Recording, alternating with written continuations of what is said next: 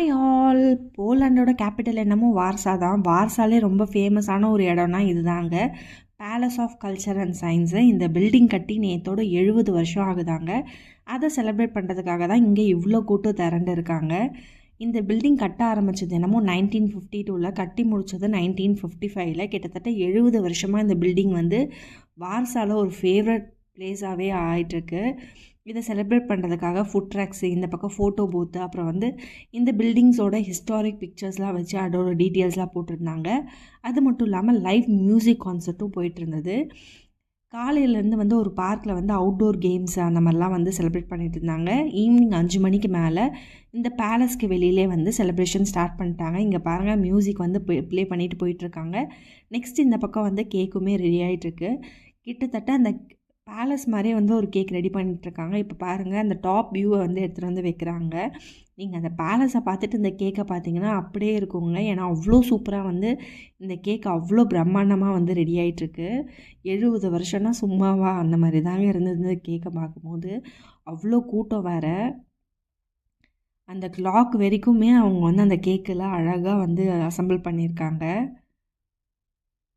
அப்படியே அந்த கேக்கை கொஞ்சம் நேரம் பார்த்துட்டு இந்த சைடு வரலான்னு பார்த்தா இந்த பக்கமும் அவ்வளோ கூட்டங்க. எல்லாரும் வந்து பாதி பேர் வந்து லைவ் கான்சர்ட்டு, போலண்டே இங்கே தான் இருக்க மாதிரி இருந்தது எனக்கு. அவ்வளோ கூட்டம். நார்மலாகவே இந்த பிளேஸ் வந்து கொஞ்சம் கூட்டமாக தான் இருக்கும். ஏன்னா டூரிஸ்ட் ஸ்பாட்டுன்றதால, இன்றைக்கி வந்து செலிப்ரேஷன்றதால இன்னும் பயங்கர கூட்டமாக இருந்தது. கேக் கட்டிங்லாம் வந்து ஸ்டார்ட் பண்ண போகிறாங்க. கேக் கட்டிங் முன்னாடி கூட நம்ம போக முடியாது. ஒரு குறிப்பிட்ட மெம்பர்ஸ் மட்டும் தான் வந்து அலோவ் பண்ணியிருக்காங்க. மற்றவங்க எல்லாருமே வந்து வெளியில் வந்து டிஸ்பிளே மாதிரி வச்சுருந்தாங்க. அதுலேருந்து பார்க்குற மாதிரி தான் இருக்கும். பாட்டு ஒரு பக்கம், கேக் கட்டிங் ஒரு பக்கம், செலிப்ரேஷன் ஒரு பக்கம்னு பயங்கரமாக இருந்தது. கேக் வந்து எல்லாருக்கும் டிஸ்ட்ரிபியூட் பண்ணாங்க. அதில் வந்து ஸ்ட்ராபெரி, ப்ளூபெரிலாம் போட்டு ரொம்ப மைல்டான ஸ்வீட்னஸில் செம சூப்பராகவே இருந்தது.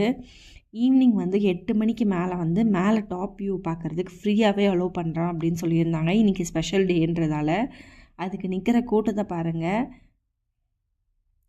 நான் நினச்சேன் கொஞ்சம் பேர் தான் இருப்பாங்கன்னு சொல்லிவிட்டு, ஆனால் இவ்வளோ பேர் இருப்பாங்கன்னு நிஜமாகவே நான் எதிர்பார்க்கவே இல்லை. லைன் வந்து என்ட்ரன்ஸில் ஆரம்பித்து போயிட்டே இருக்குங்க. எங்கே முடியுதுன்னே தெரியல. நானும் இங்கே முடியும் அங்கே முடியும்னு சொல்லிட்டு லைனை ஃபாலோ பண்ணி போயிட்டே இருக்கேன். கடைசி வரைக்கும் அதோட எண்டு வந்து என்னால் கண்டே பிடிக்க முடியல. ஏன்னா அவ்வளோ பேர் நிற்கிறாங்க. இன்றைக்கி கண்டிப்பாக பார்க்க முடியாது. இன்னொரு நாள் நம்ம காசு கொடுத்தே மேலே போய் பார்த்துக்கலாம் அப்படின்னு சொல்லிட்டு டிசைட் பண்ணிட்டேன். மேலே போய் பார்த்தீங்கன்னா டாப் வியூவில் வந்து வார்சாவோட பியூட்டிஃபுல் வியூவை வந்து நீங்கள் பார்க்கலாம். நைட்டு ஆக ஆக வந்து லைட்டிங்ஸ்லாம் போட்டு இன்னும் சவுண்டு ஏற்றி பயங்கரமாக என்ஜாய் பண்ண ஆரம்பிச்சிட்டாங்க. இந்த வீடியோ உங்களுக்கு பிடிச்சிருந்தா மறக்காமல் சப்ஸ்கிரைப் பண்ணிட்டு பாருங்கள். இப்போ பாய்.